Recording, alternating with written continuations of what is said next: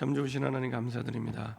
237 나라 살릴 어마어마한 보좌의 축복 속에 우리를 부르심을 감사드립니다. 오늘도 하나님이 우리에게 주신 그 보좌의 축복, 위로부터 주신 그 축복을 최고로 누리는 날이 되게 하여 주옵소서. 그래서 우리 지금 상황 속에 하나님이 원하시는 그 이유와 뜻을 분명하게 확정하고 하나님의 나라 복음을 위해 먼저 그의 나라 그 일을 구하며 다양한 우리의 삶과 인생이 될 수 있도록 인도하여 주옵소서. 우리의 생각 속에 마음 속에 먼저 하나님의 뜻과 하나님의 계획을 찾지 못하게 하는 모든 불신앙과 흑암의 세력이 권세는 주 예수 그리스도의 능력의 이름으로 완전히 결박받고 떠나가게 하여 주옵소서. 항상 먼저 하나님의 뜻과 하나님의 이유를 붙잡고 승리하는 증인이요 남은 자는 될 수 있도록 축복하여 주옵소서. 감사드리며 주 예수 그리스도의 이름으로 기도합니다. 아멘. 오늘 함께 하는 말씀 제목은 237 나라 살릴 보좌의 축복, 영적 정복을 먼저 한 새 청년입니다. 영적 정복을 먼저 한 새 청년입니다. 우리 좌우에 계신 분들과 인사하겠습니다. 예수가 그리스도이십니다. 우리 한 번 더 인사하겠습니다. 그리스도께서 모든 문제를 완전히 끝내셨습니다. 마지막으로 한 번 더 인사하겠습니다. 당신은 남은 자 렘넌트입니다.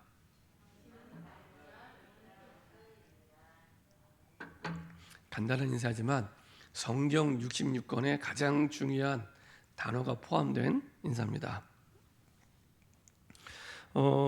많은 사람들이 다양한 문제와 갈등과 어려움 속에 있습니다. 질병의 문제든 남편의 문제든 가족의 문제든 자녀의 문제든 경제 문제든 미래 문제든 직장의 문제든 공부의 문제든 아무 상관없습니다. 항상 어려움과 문제가 왔을 때 한 가지 질문만 하시면 됩니다. 하나님은 지금 무엇을 원하시는가? 하나님은 지금 무엇을 원하시는가? 이 질문을 항상 하시면 됩니다. 항상. 그래서 아예 딱 기록해 놓으세요. 그래서 문제가 오면 언제든지 가장 먼저 딱 펴서 읽으시면 됩니다. 하나님은 지금 무엇을 원하시는가?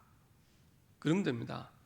우리 인생 모든 문제가 우리의 믿음의 고백대로 완전히 영원히 십자가에서 단번에 끝났기 때문에 지금부터 영원히 하나님을 향하여 기도 제목은 하나밖에 없습니다.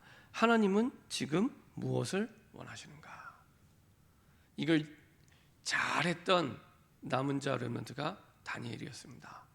다니엘은 하나님이 지금 포로로 끌려간 그 처지와 상황 속에서 지금 무엇을 원하시는가 가장 정확하게 이유를 알았고 그 이유 속에서 하나님의 뜻을 발견했습니다. 그래서 그 뜻을 확정했습니다. 저는 새벽 예배 때도 말씀드렸지만은 다니엘 1장을 읽으면서 이전에도 분명히 봤지만 또 새롭게 은혜가 되고 깨달아진 것은 다니엘이 한 게 하나밖에 없구나. 이유를 알고 하나님이 원하시는 뜻을 확정했을 뿐인데 다 주셨어요. 다 주셨어요. 자, 다니엘 1장 16절에서 17절에 넘어갈 때 이렇게 말씀하고 있습니다.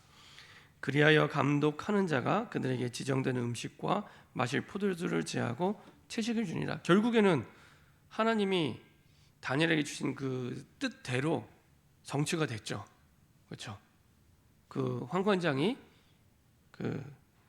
이제 마실 포도주를 제하고 우상에게 바쳐진 그 음식을 제하고 채식을 먹게 했죠. 그리고 나서 17절에 다니엘과 세 청년이 달라고 안 했는데, 그렇죠? 달라고 안 했습니다. 안 했는데 하나님이 네 소년에게 학문을 주시고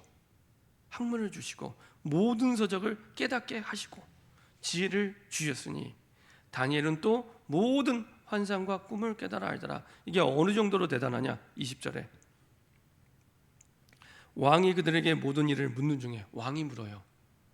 왕이, 이 대단한 나라의 왕이 다른 학자나 다른 지혜 있는 사람들에게 묻는 게 아니라 다니엘과 세 청년에게 물어요. 왕에게 답을 줄 만큼. 지금으로 말하면은 우리가 지금 대통령 인수위원회가 만들어졌잖아요. 이번에 인수위원들 보니까 대부분이 이제 뭐 대통령 당선인이 얘기한 대로 그 분야에 확실한 전문인으로 모시겠다 해갖고 대부분이 정치인들보다는 교수들로 짜여졌습니다. 교수들로. 그 얘기입니다. 근데 그 교수들보다 다니엘과 세 청년이 확실하게 왕에게 답을 줬다는 얘기입니다. 이 정도로. 이때 나이가 언제냐? 20대 때. 20대 때.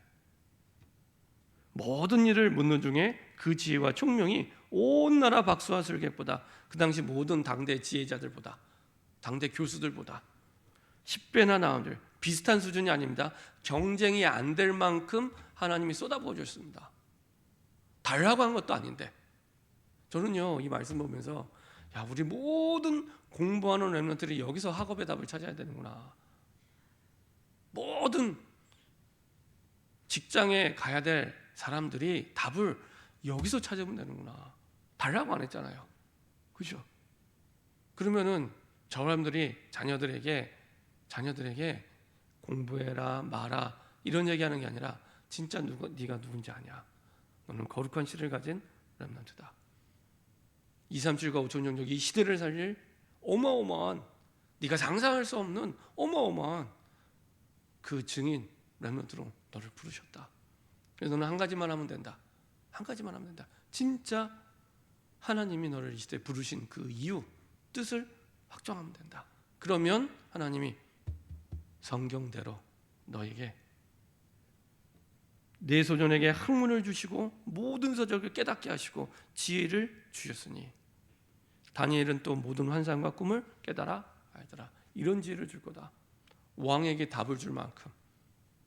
근데요, 이렇게 지혜를 주시는 이유가 있습니다. 세계복음화 때문에. 그냥 막연한 세계복음 아닙니다. 나중에 2장, 3장, 4장, 5장 보면은 왕은 계속 바뀌는데 왕에게 계속 답을 줘요. 답을 주는데 꿈을 꾸는데 해석이 안 돼요. 다른 사람들은 아무도 해석을 못 해요. 누구만 할 수 있냐? 다니엘만. 더 정확히 말씀드리면 딱 다니엘만 풀 수 있는 문제를 계속 주세요. 다니엘만 풀 수 있는 문제를 계속 주세요. 신기하죠? 이게 렘넌트에게 주신 축복입니다. 이런 축복을 하나님이 위로부터, 내가 노력해서 얻는 거 아닙니다. 그럼 노력하지 말라 하지 말라, 그게 아니라니까요. 그 노력하는 힘이 위로부터 와야 돼요. 위로부터. 내가 하는 열심은 반드시 한계에 부딪힙니다. 그래서 위로부터 와야 돼요. 그래야 한계가 없이 제대로 세계복음할 수 있는 응답 속으로 들어가게 됩니다. 그래서 이사야, 다니엘, 그리고 오늘 새 청년, 이런 하나님이 위로부터 주시는 축복, 이게 뭔지를 알고 주셨던, 위로부터 주시는 축복의 방법을 알고 받았던 증인들이었습니다. 특별히 보좌의 축복이죠. 보좌의 축복. 보좌는 하나님이 앉아 계신 그 왕의 자리, 그렇죠? 시편 103편 19절에서 22절. 우리 한 번 더 말씀을 확인해 보겠습니다. 시편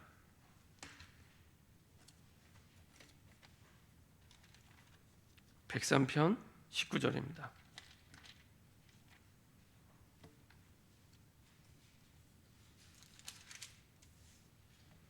시편 103편 19절.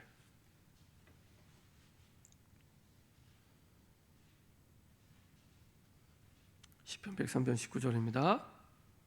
같이 한 목소리를 합독하겠습니다. 여호와께서 그의 보좌를 하늘에 세우시고 그의 왕권으로 만유를 다스리는도다. 만유라면 만물에 있는, 만물에 존재하는 모든 것을 그의 왕권으로, 왕의 권세, 아무도 막을 수 없는 왕의 권세, 그 하나님의 전능하심으로 다스리신대요. 어디에서요? 그의 보좌에서. 왕좌죠, 왕좌. 만물의 왕 되신 하나님께서 그 왕의 자리에서 절대적으로 움직이시는 그 왕의 권세, 그 왕의 권세의 축복을 누리는 증인으로 하나님이 이사야를 부르시고 다니엘을 부르시고 그리고 새 청년, 새 친구를 부르시고 지금 이 시대 저와 여러분들을 부르신 겁니다. 그 흐름 속에 저와 여러분들을 부르신 겁니다. 이게 진짜 믿어지십니까? 진짜 믿어지시면 기도가 달라집니다. 아, 맞네. 우리는 성경대로 믿어야 되니까. 맞네. 만유를, 모든 게 다 포함돼요. 만유를 왕의 권세를 가지고 움직이고 다스리시는 그 어마어마한 보좌의 축복을 누리는 증인으로. 그래서 보좌의 축복을 누린다는 말은 성삼위 하나님의 축복을 누리는 겁니다. 성삼위 하나님의 축복. 그리스도를 통하여 하나님의 자녀가 되도록 말씀을 주시고 하나님의 자녀 되게 하시고, 그리스도를 통하여 십자가에서 하나님의 구원을 이루시고, 그리스도를 통하여 성령을 보내사 그 구원을 성취하시는 그 성삼위 하나님의 축복이 우리에게 임하게 되는 겁니다. 그래서 우리가 기도할 때, 눈을 감고 기도할 때, 하나님 지금도 성삼위 하나님의 축복을 모든 상황 환경에서 누리게 하여 주옵소서. 그리스도를 통하여 하나님의 자녀 되게 하시고, 그리스도를 통하여 하나님의 구원을 이루시고, 우리 인생의 모든 과거 현재 미래를 완전히 영원히 단번에 끝내시고, 그리스도 안에 모든 축복과 답을 주셔서 지금도 성령으로 역사하사 하나님의 구원을 이루는 그 성삼위 하나님의 능력, 성삼위 하나님의 축복을 오늘 이 자리에 이 현장에 임하게 허락하여 주옵소서. 그렇죠? 성삼위 하나님의 축복이 이 보좌의 축복입니다. 이때부터 그 보좌로부터 주시는 능력을 내가 입게 돼요. 나를 넘어서게 됩니다. 복음을 알고도 우리는 계속 내 틀과 한계 속에 내가 몸부림치며 살아왔는데 그것을 넘어서는 힘을 얻게 되고요. 그때 보좌로부터 주시는 하나님이 내게 세계복음화해 주신 그 달란트, 그 재능, 나이 상관없습니다. 이거는 어린 후대에게만 필요한 게 아니라 지금도 100세 시대를 사는 우리에게 위로부터 주는 재능. 하나님, 내가 세계복음화해 두고 지금 뭐 하면 좋겠습니까? 하나님이 원하시는 게 뭡니까? 질문하면서 인도받을 때 새로운 도전이 시작됩니다. 위로부터 주시는 그 보좌의 재능, 달란트, 그리고 그 속에서 보좌로부터 주시는 사명, 천명이라고 하죠. 내 평생에 하나님이 이루시고자 하는 내 뜻, 그렇죠? 다니엘이 그걸 붙잡았습니다. 이사야가 그걸 붙잡았습니다. 그렇죠? 내 평생에 내 야망과 내가 먹고 살기 위해 사는 그거 말고 위로부터 주시는 그 뜻을 붙잡고 인도받을 때 내 형편과 사정과 수준을 완전히 넘어서게 됩니다. 완전히 넘어서게 됩니다. 지난번에도 말씀드렸지만 그 전도운동하면서 한 20년 동안은 막 달려오다가 어느 날 진짜 하나님 앞에 이렇게 기도하면서 하나님이 내게 주신 천명이 뭘까라고 기도하는 가운데 현장을 통해 말씀을 통해 저에게 주신 그 답은 그거였습니다. 와, 그렇지. 마태복음 24장 14절. 모든 민족에게 복음이 증거된 이후에 끝이 오는구나. 진짜 세계복음화가 하나님의 결론이구나. 하나님의 결론. 아, 이게 하나님의 결론이구나. 이게 내 삶의 결론이 되면 되겠구나. 그렇죠? 결론이란 뭡니까? 무슨 문제, 무슨 사건, 무슨 일 만나든지 결국에 그 방향으로 다 귀결되게 돼 있습니다. 세계복음화. 그게 결론입니다. 거기에 내가 답을 가지고 가는 거죠. 이것 때문에 내게 원하시는 인생의 본론, 진짜 내게 원하시는 사명이 뭘까? 하나밖에 없더라고요. 내 직분, 내 위치, 그리고 내 시간표에. 그게 사실은 전도자의 응답을 받고 전도 제자를 세우고 전도자 후대를 남기는 마태복음 28장 16절에서 20절이었습니다. 의심하는 자가 있는데 예수님이 아랑곳하지 않고 말씀을 주시죠. 너희는 가서 모든 족속으로 제자 삼아라. 가서 아버지와 아들과 성령 이름으로 세례를 주고 내가 내게 분부한 것을 가르쳐 지키게 하라. 볼지어다 내가 세상 끝날까지 너희와 항상 함께 있으리라. 그렇죠? 이 말씀을 주시더라고요. 그게 인생의 본론입니다. 그리고 나서 답을 얻은 것은 인생의 결론과 본론 이외에 모든 것은 다 서론이구나. 서론. 다 지나가는 거. 근데 거의 대부분이 99.9%가 지나가는 거에 붙잡혀서 일평생을 히브리서 2장 14절 15절에 있는 말씀대로 종노릇하며 살아갑니다. 일평생을 히브리서 2장 14절 15절 한번 볼까요? 찾아보겠습니다. 히브리서 2장 14절 15절입니다.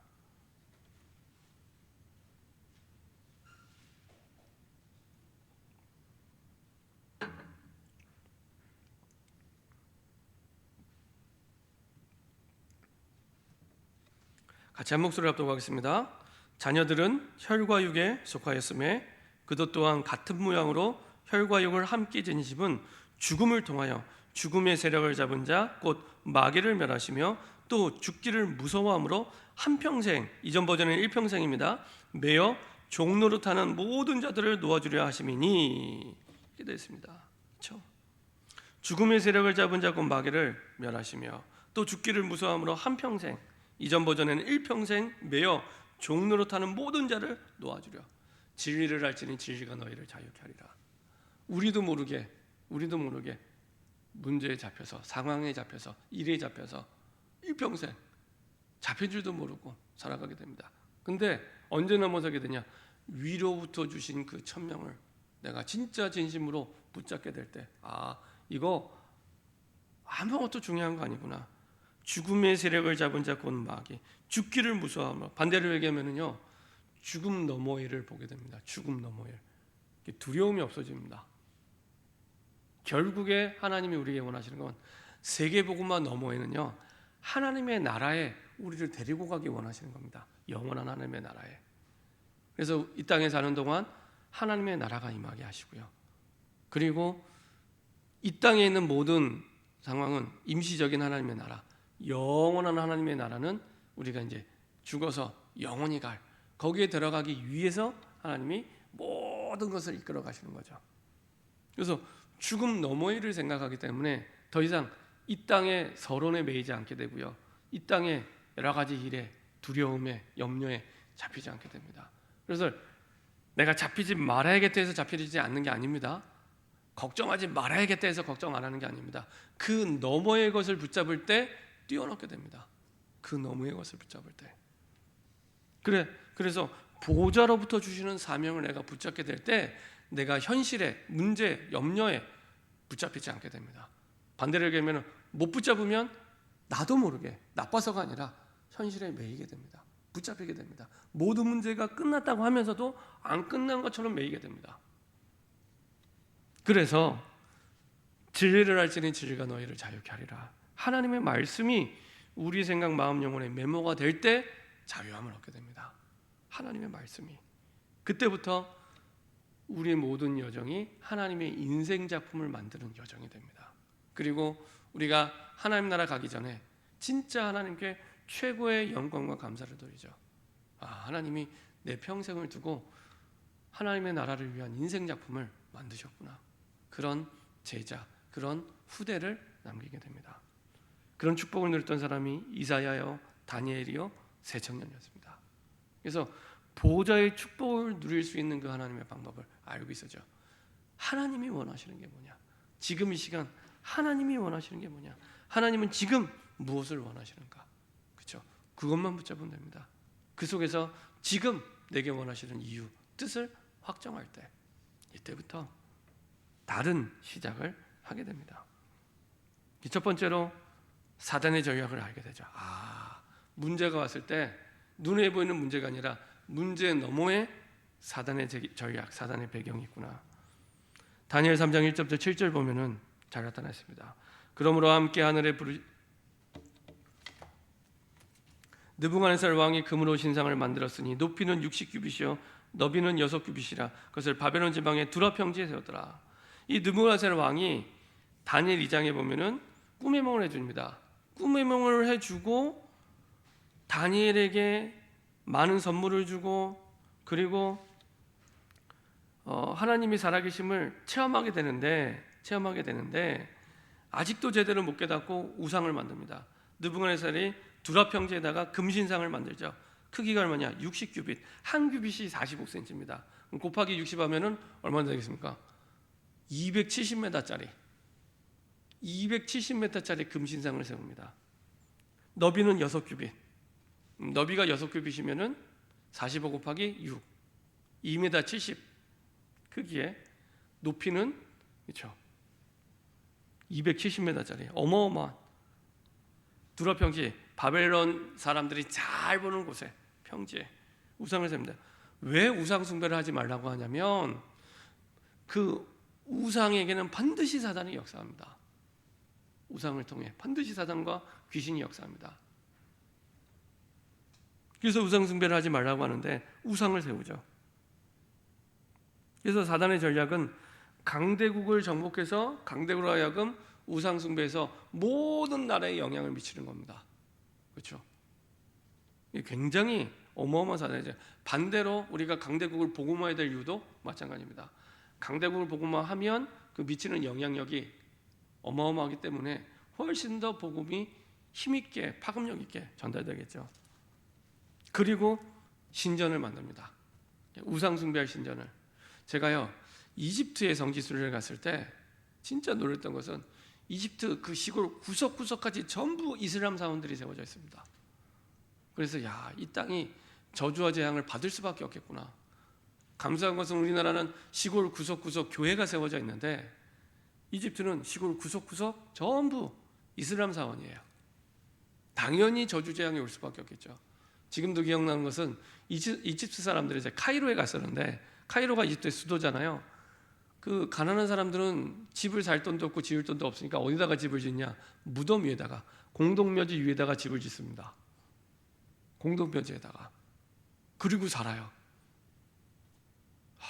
참 너무너무 안타깝더라고요.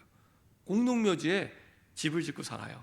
그리고 차 타고 지나가다 보면은 건물을 세워놨는데 반은 창문이 있고 위에는 그냥 그 건물에 그 골격만 있어요. 창문도 없고 꼭 짓다만 건물처럼. 그래서 가이드하는 선교사님한테 이게 여쭤봤더니 하시는 말씀이 이게 사람들이 가난하니까 새를 들어와서 사는 그 사람이 창틀을 달고 들어와요. 저기는 아직 사람이 안 사는 집이라고. 거기는 그냥 그 건물의 철골 구조물만 이렇게 씁니다. 짓담한 것처럼. 참 너무너무 안타깝더라고요. 끊임없는 갈등과 그리고 어려움 속에 우상을 섬기는 나라마다 전부 그렇습니다. 우상을 섬기는 나라마다. 안 그런 나라가 없습니다. 뭐 진짜로 영적인 눈으로 한번 보세요. 그럼요, 우상을 섬기는 개인, 가정, 가문 나라마다 반드시 해결이 안 되는 저주 재앙이 끊임없이 임하게 됩니다. 끊임없이. 나중에 그 선교지를 갈 기회가 있으면 꼭 가세요. 꼭. 우리가 한국 안에만 있으니까 잘 못 느끼는데요. 대만이나 필리핀이나 해외 나가잖아요. 동남아만 가더라도요. 그게 너무너무 많아요. 너무너무 많아요. 우리가 얼마나 복받은 민족인지, 얼마나 축복받은 민족인지를 선교지 나가보면요, 절실하게 체험하고 확인하게 됩니다. 너무나 비참하게 우상 숭배하는 현장이요, 너무너무 많아요. 반드시 그렇습니다. 주변에 제사를 많이 지내는 집안이나 우상 숭배를 많이 하는 집안 보세요.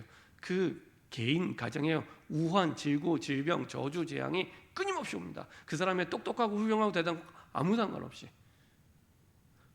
하나님 떠난 문제는 영적 문제이기 때문에, 유일한 문제이기 때문에 이거는요, 능력, 수준, 배경과 가진 것과 상관없이 계속 오게 됩니다. 사단의 전략입니다. 당연히 우상 성질을 하게 되면 완전히 망하게 됩니다. 결국에는 나중에 다리오 왕이 이 바사국의 바벨론이 망하게 되죠. 자, 이 비밀을 알았던 세 청년은 먼저 영적 정보를 하고 이유를 붙잡은 사람들이었습니다. 그렇기 때문에 오는 문제가 전혀 문제되지 않았죠. 다니엘 3장 8절을 보면은 그때 어떤 갈대아 사람들이 나와 유다 사람들을 참소하니라. 갈대아 사람 바벨론 사람들 얘기합니다. 보통 바벨론을 보면 바벨론은 지금의 이란입니다. 이란을 보면 이란의 남부 지역 사람들을 보통 갈대아 사람들이라고 얘기를 합니다. 이란을 딱 지도를 놓고 보면은 중간에서 밑에 지역의 사람들 갈대아 사람. 근데 바벨론 사람들을 통칭해서 이제 갈대아 사람 이렇게 얘기합니다. 그래서 성경에서 갈대아 사람 하면 바벨론 사람들이구나라고 생각하시면 됩니다. 이 바벨론 사람들이 나와서 유다 사람 참소하죠. 어느 직장이나 어느 현장에서 이런 사람 다 있습니다. 유다 사람을 참소하니라. 근데 너무 합리적으로 논리적으로 딱 걸죠. 이유가 뭡니까? 다니엘 3장 9절 11절 우상 숭배하지 않는 자는 사형하기로 하지 않았느냐. 맞잖아요. 법적으로 만들어놨잖아요. 법적으로. 그래서요, 법이 무서운 겁니다. 어떤 법을 만느냐에 따라서 죄인이 될 수도 있고 죄인이 안 될 수도 있고. 그래서요, 불신자들이 계속 법을 잡고 먼저 차지하고 입법을 하려고 그렇게 애쓰는 겁니다. 그렇죠? 법을 만들면 죄가 아닌데도 죄가 돼요. 네. 예를 들면 동성애법 같은 거. 만약에 동성애법, 차별금지법 이렇게 만들어서 제가 동성애는 예를 들면은 동성애는 예를 들면은 뭐 이게 그 하나님 이거는 뭐라죠? 하나님의 뜻과 반대되는 부분입니다. 죄입니다. 얘기하면 만약에 이제 차별금지법이나 동성애법 통과되잖아요. 그럼 저는 이제 잡혀가야 되는 겁니다. 그렇죠? 법이 그런 겁니다. 법. 근데 굉장히 논리적이고 합리적이잖아요. 근데 복음은 아닙니다. 그렇죠? 법을 가지고 얘기하는데 논리적으로 합리적이 맞아요. 이 사람들이 하는 얘기가 틀린 얘기가 아닙니다. 그렇죠? 그들이 느부갓네살 왕에게 이르되 왕이여 만수무하옵소서. 좋은 얘기합니다. 왕이여 왕이 명령을 내리사 모든 사람이 나팔과 피리와 수금과 사명과 양과 생화 얼마나 이 우상숭배를 중요하게 생각했는지 알겠죠? 모든 악기를 총동원해서 우상숭배를 하고 있습니다. 모든 악기 소리를 듣거든 엎드려 금신에 절할 것이라. 누구든지 엎드려 절하지 아니하는 자는 맹렬히 타는 풀무불, 용광로입니다. 용광로. 그냥 뜨거운 불이 아니라 용광로입니다. 용광로. 용광로 가운데 던져 넣음을 당하리라 하지 아니하나이까. 왕명으로 법으로 딱 만들어 놓은 거예요. 그러니까 안 지키면 죽음입니다. 죽음. 근데 이 참수하는 사람의 말이 비논리나 비합리가 아닙니다.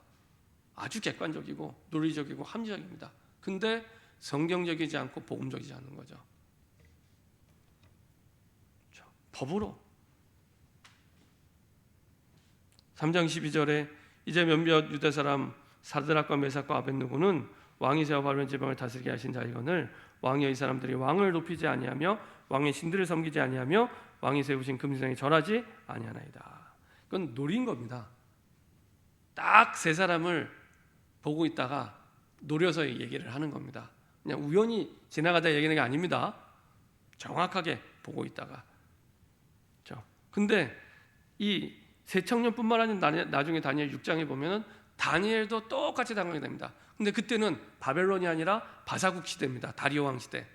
그 말은 어느 시대의 어느 현장이나 이런 사람들이 있습니다. 세상의 현장에는. 자, 그때 중요한 건 세 청년의 대답입니다. 자, 16절부터 18절입니다. 같이 한 목소리 합독하겠습니다.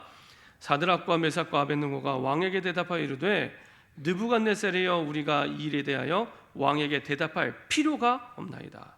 왕이여 우리가 섬기는 하나님이 계시다면 우리를 맹렬히 타는 풀무불 가운데서 능히 건져내시겠고 왕의 손에서도 건져내시리다. 그렇게 하지 아니하실지라도 왕이여 우리가 왕의 신들을 섬기지도 아니하고 왕이 세우신 금신상에 절하지도 아니할 줄로 아옵소서. 이게 완전히 왕정 시대에 왕이 절대 권력을 가진 시대에 거꾸로 된 거죠. 왕이 한 말을 완전히 반대로 얘기한 겁니다. 그 전에 이 느부갓네살 왕이 자기가 왕인 것에 대해서 어마어마한 자부심을 갖고 있거든요. 어마어마한 자존심을 갖고 있습니다. 자기가 신적 존재라고 생각을 해요. 그래서 뭐라고 얘기하냐? 15절에 즉시 너희를 맹렬히 타는 풀무불 가운데 던져 넣을 것이니 능히 너희를 내 손에서 건져낼 신이 누구겠느냐? 내가 신적인 존재인데 누가 내 손에서 너희 건져내겠냐? 이거를 완전히 뒤집어서 얘기합니다. 그 말은 어떤 말입니까? 죽어도 좋다는 얘기입니다. 죽어도 좋다. 세상에서 제일 무서운 사람이잖아요. 죽어도 좋다는 사람, 조폭도 두려워하는 사람, 죽어도 좋다는 사람, 누가 말리겠습니까? 내가 죽어도 그렇게 하지 아니할지라도 왕이여 우리가 왕의 신들을 섬기지도 아니하고 왕이 세우신 금신상에게 절하지도 아니할 줄을 아옵소서. 그렇죠? 이게 세 청년의 대답이요 신앙 고백입니다. 근데 어떻게 하나님이 역사하십니까? 느부갓네살 왕의 입술로 신앙을 고백하게 만드십니다. 하나님이. 세 친구가 세 청년이 강요하거나 아니면은 하게 뭔가를 한 게 아니라 하나님이 느부갓네살 왕으로 하여금 신앙을 고백하게 만들고 바벨론에 있는 모든 사람들에게 신앙을 고백하게끔 하나님이 하게 하시죠. 다니엘 3장 19절 23절 보면 드디어 풀무불 속에 사형을 당하게 됩니다. 이때 하나님이 완전히 완벽하게 책임져 주시죠. 어떻게 책임져 주십니까? 자, 27절에 보면 이렇게 말씀하고 있습니다. 총독과 지사와 행정관과 왕의 모사들이, 모든 사람들이 다 보고 있었던 거죠. 모여 이 사람들을 본즉 불이 능히 그들의 몸을 해하지 못하였고 머리털도 그을리지 아니었고, 머리털도 그 머리털 불로 딱 치면은 사사삭 타는 거 아시죠? 머리털도 끌리지 아니하였고 겉옷 빛도 변하지 아니하였고 불탄 냄새도 없었더라. 완벽하게 하나님이 보호하시고 완전히 책임져 주셨습니다. 그렇죠? 그리고 더 중요한 거, 결국의 목적은 다니엘 3장 26절 30절, 지극히 높으신 하나님의 이름을 높이고 세계복음하는 것 때문에 이렇게 하셨죠. 자, 그래서 뭐라고 얘기합니까? 28절에 느무레세 말이 말하 이르되 사드락과 메삭과 아벤느고의 하나님을 찬송할지로다. 참 마음이 수시로 변합니다. 그가 그의 천사를 보내사 자기를 의뢰하고 그들의 몸을 바쳐 왕의 명령을 거역하고 그 하나님 밖에는 다른 신을 섬기지 아니하며 그에게 절하지 아니한 종들을 구원하셨도다. 그러므로 내가 이제 조서를 내리다, 왕명으로 이제는 조서를 내리도다. 각 백성과 각 나라와 각 언어를 말하는 자가, 나라가 얼마나 대국인지를 알겠죠. 각 백성과 각 나라와 각 언어를 말하는 자가 모두 사드락과 메삭과 아벤느고의 하나님께 경솔히 말하거든 그 몸을 쪼개고 그 집을 거름돌로 삼을지니 이는 이같이 사람을 구원할 다른 신이 없음이라 하였더라. 이것 때문에 하나님이 이런 이벤트를 하나님이 허락하신 거죠. 결론입니다. 우리에게 어떤 문제가 와 있습니까? 하나님은 세계복음화 때문에 그 환경 속에서 이 세 청년이 했던 신앙의 고백을 하기를 원하십니다. 그래서 그 축복을 누릴 수 있는 비밀은 있냐? 보호자의 축복을 누릴 때, 이때부터 시작이 됩니다. 보호자의 축복을 누리는 기도가 시작될 때. 그래서요, 하루에 5분만 내가 잠시 멈추고 핸드폰 끄고 모든 걸 멈추고 가족에게 다 얘기하세요. 내가 몇 시부터 몇 시 5분까지, 내가 10시부터 10시 5분까지는 내가 남은 자로서 정식 기도하는 시간이다. 이때는 나를 방해하지 말아라. 얘기하신 거랍니다. 그리고 진짜 기도하시면 됩니다. 어떻게 기도하면 됩니까? 하나님의 말씀을 붙잡고 내 머릿속에 답이 되고 뜻으로 확정될 때까지 편안하게 기도하시면 됩니다. 문제를 해결하려고 기도 안 하셔도 됩니다. 문제는 가만히 두시고, 아까 말씀드렸죠, 서론에 하나님은 지금 무엇을 원하시는가, 이 질문을 적어놓고 하나님의 말씀을 생각하시면서 뜻이 확정될 때까지 기도하시면 됩니다. 특별히 기도하실 때 우리에게는 하나님이 주신 두 가지 생명선이 있습니다. 그게 호흡과 기도입니다. 호흡은 우리 육신과 마음과 생각의 생명선이요, 기도는 우리 영적인 생명선입니다. 그래서 호흡이나 기도는 해도 되고 안 해도 되는 게 아니죠. 호흡을 안 하면 우리 바로 죽잖아요. 기도는 우리의 영적인 호흡입니다. 그래서 구원받은 하나님의 자녀에게 기도는 모든 것입니다. 어떻게 하시면 되냐? 이렇게 기도하시면 됩니다. 하나님, 기도하실 때 숨을 들여 마시면서 그리스도의 영으로 나에게 충만케 하여 주옵소서. 그리고 생각나는 모든 현장, 모든 대상, 그리고 내 모든 일 속에 하나님 성령으로 역사하여 주옵소서. 내가 문제 해결하려고 몸부림치는 게 아니라 성령으로 지금 역사하여 주옵소서. 이렇게만 기도하셔도 됩니다. 그렇죠? 그래서 시간이 흐를수록 기도 제목이 딱 하나를 기록됩니다. 아, 내가 그리스도의 영으로 충만하면 되는구나. 그리스도의 영으로 충만하면 되는구나. 모든 문제 끝났기 때문에 그리스도의 영으로 충만하면 되는구나. 왜요? 그 그리스도의 비밀 속에는 성삼위 하나님의 축복을 누리는 비밀이 있기 때문에 그리스도로 말미암아 하나님의 자녀가 되게 하시고, 그리스도를 통하여 하나님의 과거 현재 미래를 끝내신 하나님의 구원을 이루시고, 십자가에서 그리스도를 통하여 주의 성령이 내게 임하셨기 때문에, 그렇죠? 그리스도의 영으로 충만케 하여 주옵소서. 그리고 모든 사람, 모든 현장, 모든 일 속에 지금 그리스도의 그 성령으로 역사하여 주옵소서. 기도해 보세요. 일주일만 하면 쭉 시간을 정해놓고 한번 기도해 보시고, 내가 좀 심각하고 어려운 문제가 왔다, 한 달만, 뭐 딱 기간도 너무 좋은 게 지금 사순절 기간입니다. 절기상으로 사순절 기간이고 4월 17일이 부활주일입니다. 약 한 달 정도 되겠죠. 부활주일까지 한번 쭉 기도해 보세요. 어떤 역사가 일어나는지를 한번 확인해 보세요. 그래서 정말로 저여러분들이 영적 정복을 먼저 한 새청년의 축복과 비밀이 저여러분들 있기를 소원합니다. 마지막으로 마태복음 6장 31절부터 33절 보도록 하겠습니다. 마태복음 6장 31절부터 33절까지 예수님이 하신 말씀입니다.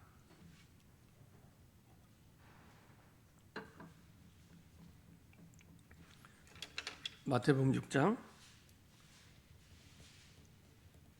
31절부터 33절까지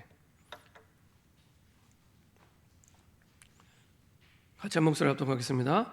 그러므로 염려하여 이르기를 무엇을 먹을까 무엇을 마실까 무엇을 입을까 하지 말라. 이는 다 이방인들이 구하는 것이라 너희 하늘 아버지께서 이 모든 것이 너희에게 있어야 할 줄을 아시느니라. 그런즉 너희는 먼저 그의 나라와 그의 일을 구하라. 그리하면 이 모든 것을 너희에게 더하시리라. 그렇죠? 마태복음 6장 33절에 가장 실수하기 쉬운 단어가 어떤 단어냐? 먼저입니다. 먼저. 대부분이 맨 마지막이에요. 하나님을 믿는다고 하면서 맨 마지막이에요. 그래서 어려운 겁니다. 안 해도 될 고생을 계속하는 겁니다. 먼저. 제가 영어 성경에 보니까 이게 어떻게 표현되냐면은 그냥 먼저 이게 아니라 the first 이렇게 표현되어 있습니다. 제일 먼저. the first 이렇게 표현되어 있습니다. 제일 먼저. 어떤 일을 만나든지 제일 먼저. 무슨 일을 만나든지 제일 먼저. the first. 그의 나라와 그의 일을 구하라. 그의 나라. 하나님의 나라가 임하도록. 문제 해결에 달하는 기도 제목 아닙니다. 하나님의 나라 임하도록. 그리고 그의 의. 하나님이 볼 때 옳다고 하는 것. 이게 의자가 옳을 의자입니다. 옳다고 하는 것. 그게 뭘까? 복음. 그렇죠? 하나님의 나라와 복음이 임하도록. 복음이 전달되도록. 이거 구하래요. 그리하면 이 모든 것이 뭡니까? 31절 32절에 말씀하죠. 아버지께서 이 모든 것이 너에게 있어야 할 줄 아냐. 너희가 지금 필요하다고 하는 모든 것. 영어 성경에 그렇게 표현되어 있습니다. need라는 표현을 하면서 all these things 이렇게 되어 있습니다. 필요로 하는 모든 것 그거 다 주시겠대요. 그때 오게 됩니다. 근데 먼저 하나님의 나라와 의를 구할 때 the first. 그래서 저여러분들이 먼저 영적 정복을 한 새 청년이었기 때문에 죽음의 위기, 사형의 위기가 와도 그것이 완전히 세계복음화의 발판이 됐던 것처럼 저와 여러분들이 먼저 하나님의 나라와 일을 구하며 새 청년의 응답이 저여러분들의 응답되기를 소원합니다. 기도하겠습니다. 하나님 감사드립니다. 영적 정복을 먼저 한 새 청년처럼 항상 먼저 영적 정복을 하게 하여 주옵소서. 그래서 영적 정복을 통해 모든 것을 정복하시는 하나님의 나라의 증거와 응답들을 보게 하시고 확인하게 허락하여 주옵소서. 감사드리며 주 예수 그리스도의 이름으로 기도합니다. 아멘.